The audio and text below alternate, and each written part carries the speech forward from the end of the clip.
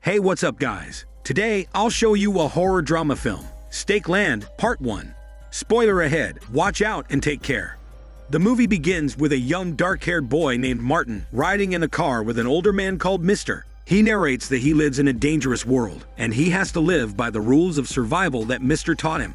Loud screams and screeches are coming from the car trunk, and Mr. riddles the backseat with bullet holes. Martin continues his narration, saying that he was a normal child with a family in the past. But everything changed when the plague came. A flashback reveals that one night, Martin and his parents were planning their escape when they were attacked by fearsome creatures. The parents died, and Martin was saved by Mr. They then went inside the garage, and Mr. took on the vampire inside. He asked Martin to help him by finishing off the zombie with a hammer. Martin complied. In the corner of the garage, Martin's father lay dying due to the wounds he received from the vampire. He was going to turn into one of them any minute. With his last breath, he begged Mr. to save his son. Mr. then killed the father. Martin has been with Mr. ever since. Mr. has been teaching him the necessary survival and fighting skills as they trekked across the decaying country. When the plague of vampires came to the country, everything descended into chaos. People rushed to flee, and the cities became death traps filled with vampires. Martin narrates that in the aftermath, government officials chose to save themselves instead of helping the people. The remaining survivors formed cults that believed in extreme ideologies so they could make sense of the tragedies that happened. Mr. and Martin are now in search of the elusive place called New Eden, which is purported to be a safe haven for the remaining humans. One day, they are stopped on the road by a group of armed men that belong to a cult. They inspect Mr. and see that he and Martin are carrying wooden stakes. The leader assumes that they are vampire hunters, and he asks Mr. how many he has killed so far. Mr. takes out a small pouch from his pocket, and he shows the leader the several vampire teeth inside, one for every vampire he had killed. The leader chuckles and lets the two of them pass.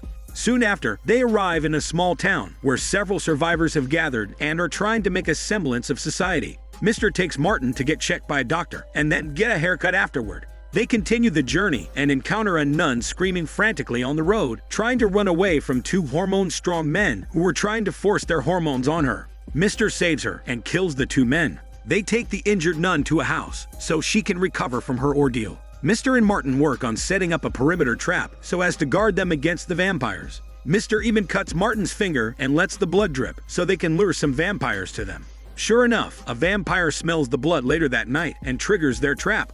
They lure it closer to a bear trap, and the steel jaws successfully catch the vampire. The nun awakens and recognizes the caught vampire as a fellow nun. Mr. and Martin go outside, and Mr. uses this as an opportunity to train Martin further. Martin lands some blows, but he misses the heart, which he needs to penetrate in order to successfully kill a vampire. Mr. reprimands Martin for his mistake, and he stakes the vampire through the heart. The nun runs toward them and screams at them to stop, but it is too late. Mr. buries the vampire and gives the nun time to say her goodbyes to her shitty friend.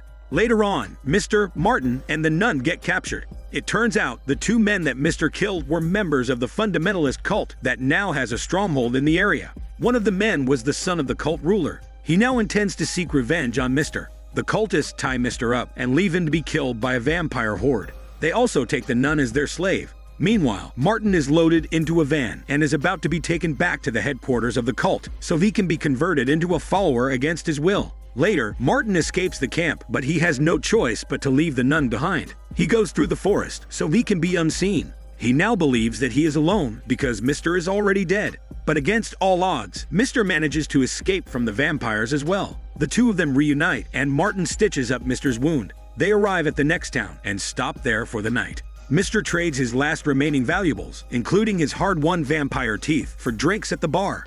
There, Martin meets a young, sexy girl with a beautiful voice named Belle. It turns out she is pregnant and she is hoping to get to New Eden and give birth there. Mr. and Martin take Belle with them in their car. After a day of travel, they find a seemingly empty house they can stay at for the night. They find a couple of dead bodies inside and they properly dispose of them. However, when Martin goes upstairs and inspects a child's bedroom, he finds the young girl hiding in the corner. She is already a vampire and she attacks them. Mr. holds her down and instructs Martin to stake her in the heart. Martin is a bit reluctant since the girl is so young, but he knows there is nothing more that he can do for her. So he plunges the wooden stake into her chest. They continue their journey and cautiously make their way through the cult's territory. They find a man who was locked inside a portable toilet. The man, called Toilet Man for short, reveals that the cult left him inside as bait for the vampires. He also reveals that the cult made the plague worse by deliberately sending truckloads of vampires inside cities so that the government would collapse and the desperate people would join their cult. With Toilet Man's help, they set a trap for the cult leader. They pretend to be members of the cult and they launch a surprise attack on them. They torture the cult leader to get him to admit where the nun is, but he just says that she escaped from them.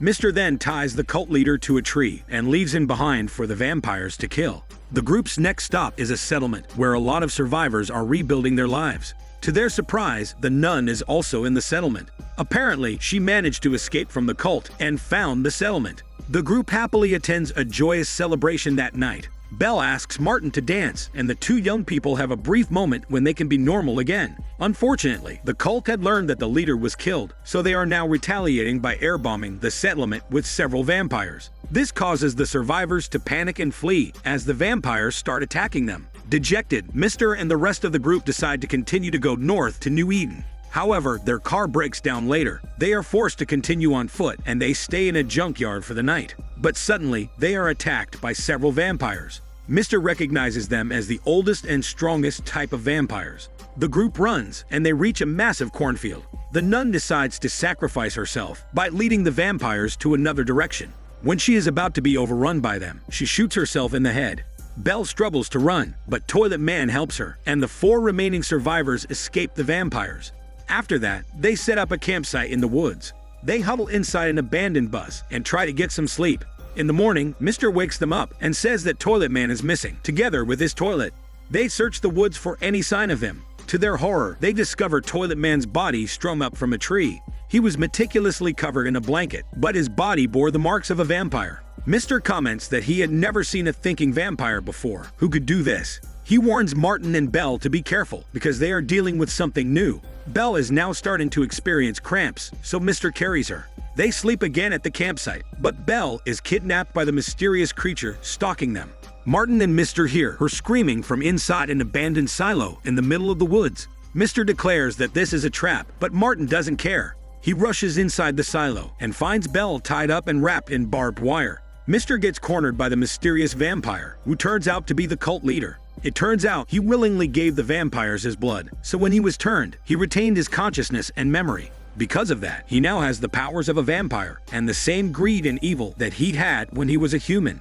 Moreover, he killed Toilet Man and kidnapped Belle, so he can exact his revenge on Mr. The cult leader is about to land the killing blow on Mr. when he is struck in the back by Martin. However, Martin's strike is too weak, but it is enough to distract the cult leader, giving Mr. enough time to hit the cult leader and slay him. Unfortunately, things are too late for Belle. She was bitten and is now dying. Martin kills her, so she wouldn't have to endure the horrifying fate of being a vampire.